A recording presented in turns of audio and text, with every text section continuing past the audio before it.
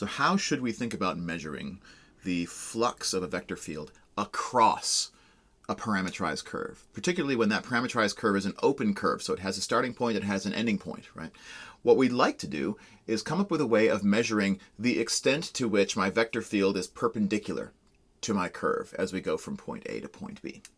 And we're going to do this by making an analogy back to circulation. So when we first talked about circulation, circulation measures the extent to which the vector field aligns with the direction of the curve. So that circulation is large and positive when the field and the curve are parallel. It's large and negative when the field and the curve are anti-parallel. And it's zero when the field and the curve are perpendicular. So what we want to do is we want to turn that whole idea on its head in this activity. And we're going to eventually want to look at a flux integral, which measures the extent to which a vector field points across the direction of a parametrized curve. So instead of the parallel component of the vector field in the direction of the curve, now we want the perpendicular component of the vector field in the direction of the curve. So the first piece of this activity is just to look at this vector field in these three curves and pick out one of these curves that we expect is going to have a flux integral, the total amount by which the vector field crosses over this curve, to be equal to 0. All right, so you correctly identified that the curve we're calling C3 here seems like it should have a flux integral equal to 0. So let me ask real quickly for your justification. So why should that curve C3 have a flux integral equal to 0? When we were thinking about circulation, we were looking for curves that flowed along a vector field, right? And those would have a large circulation value.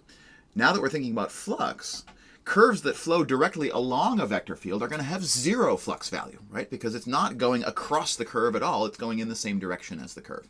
And so this curve C3 that really does flow along with the vector field, parallel to the vector field at all points, the vector field is not crossing over that curve at all, right? And so probably that curve would have a flux integral equal to 0. So just as a kind of way to summarize what's happening with that when we're looking for circulation, we would be looking for the extent to which this vector field vector aligns with the velocity vector to my curve. So if I draw that velocity vector in, it's going to be tangent to my curve, right? So maybe here's my velocity vector, r prime of t. And so when I'm looking for circulation, excuse me, we end up taking a dot product of the vector field. So this is f of r of t. We take a dot product of that with the velocity vector, r prime of t. F of r of t dotted with r prime of t. That's probably an expression that we remember from that awful period in our life when we had to compute line integrals directly. It was not a very fun time for the most part, mainly because a lot of the integrals that we would end up getting when we compute line integrals directly just end up being challenging from a calculus perspective, right, to find antiderivatives for. But that's when we were measuring circulation. We used a dot product because we wanted to count parallel as being good, right? We counted parallel as having a large positive value. Whereas what we want to do now, if we're looking for something that measures the amount of crosswise flow across a curve, instead of comparing f to a tangent vector, what we should probably be doing is comparing f to what? If we're trying to get a measurement of how much a vector field crosses a path, we ought to take that vector field and compare its direction to a vector which crosses the path as much as anything can cross that path, right? Something which is perpendicular to my curve. And so we would call that vector a normal vector. And this, I might call this the normal direction to my curve, right? And so if we're trying to measure flux, that's going to be the relevant comparison. That somehow I probably want to find the parallel component of the vector field, not in the direction of the curve, but in the normal direction to the curve, the direction perpendicular to the curve, n of t, right? But this leads us into an unanswered question, and that's the question that I'm posing to you next in this activity. So what would we need to do in order to decide? There's one of these three curves has a flux integral of 0, but the other two flux integrals, one of them has a positive value, the other one has a negative value. So what would we need to do in order to come up with a way of deciding which of those flux integrals should have a positive value and which of those flux integrals should have a negative value? So take 2 or 3 minutes and see if you four can come to a consensus on what kind of additional choices we need to make before we can say for sure which one of those is positive, which one of those is negative. Convention for positive flux.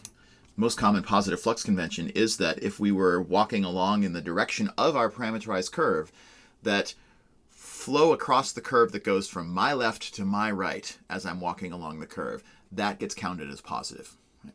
And flow that goes from my right to my left as I'm walking along the curve, that would get counted as negative. And so if we adopt that convention, then along the C2 curve here, if we walk along the curve, we're walking from left to right from west to east on this diagram, and we will see vector field arrows crossing over our curve from our left to our right. And so we would count that flux as being positive. Whereas if I'm walking or driving along the C1 curve here, I would see vector field arrows that are crossing over from my right to my left. And so the C1 flux, we would count that as being negative.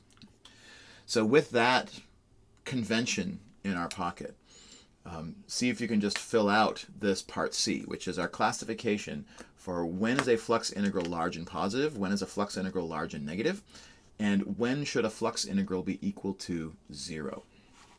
And this is going to be kind of our compass for working with flux integrals for every flux integral thing that we do from now until the end of the course. All right, indeed, here is our compass for flux integrals, for every flux integral thing that we have to do for the next several classes. That a flux integral is large and positive when f is perpendicular to the curve and is going from left to right in the direction of travel of the parametrized curve. It's large and negative when it's perpendicular to the curve but is flowing from right to left relative to the parameter's direction of the curve. And finally, a flux integral is 0 when f is in a net overall fashion, right, either parallel or anti-parallel to the direction of the curve, or has as much going from left to right as it has going from right to left as we go across that curve. So just to get some additional practice with applying that idea, here is a vector field and a square path that we're traversing in a counterclockwise fashion. Which of the four sides of this square here are going to have positive, which are going to have negative, and which are going to have 0 flux integrals? And then what would the total flux integral through this curve be according to that classification? So I have you fill in this last part of that activity, and then that will wrap us up. We'll take our break and come back and do activity number 2 after that.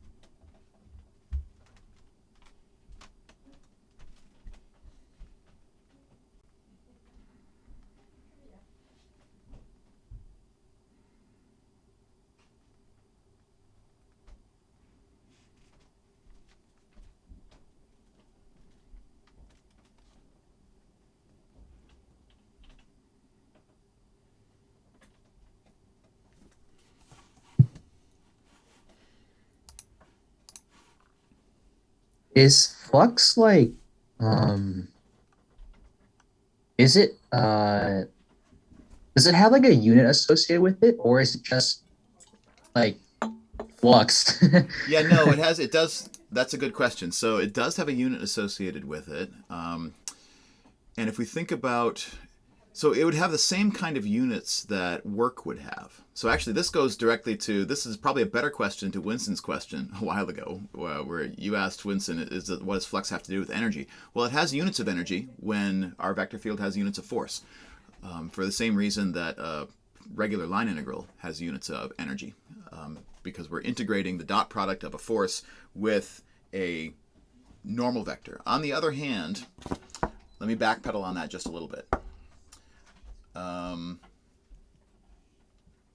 So when we computed a path integral, we took a dot product with the tangent vector. Let me put the whiteboard back up on the screen for a second. So we took a dot product with the tangent vector, and the length of the tangent vector matters, right, in that computation. So that if we traverse this curve twice as quickly, then the amount of circulation or the work is going to end up being twice as much, because this factor here is going to get multiplied by 2. For flux, I don't think we have a similar, like, I don't think we need to, or maybe even should, care about the length of our normal vector that we're using. Because it somehow shouldn't depend, it should only depend on the shape of our curve and not on how it's been parametrized. So maybe a good clarification would be as follows. I hope that that's a correct answer. And one of the great things about posting my stuff on YouTube is that when I say something wrong, usually it gets corrected by somebody posting in a comment at some point later on down the line. What do they call that? That's one of the iron laws of the internet, that if you want the right answer to something, post the wrong answer online. And instantly you will be splained by an appropriate person about what the correct answer is. Okay, so yeah, let's just wrap up this little piece of the activity. So the total flux along this path is 0. Because the bottom and the top sides have 0 net flux, the right side has a positive flux because it's going left to right in the direction of our travel. And then as we go down the west side, that vector field is traveling from our right to our left, and so it's negative. As much negative as this one was positive, so the total flux was 0.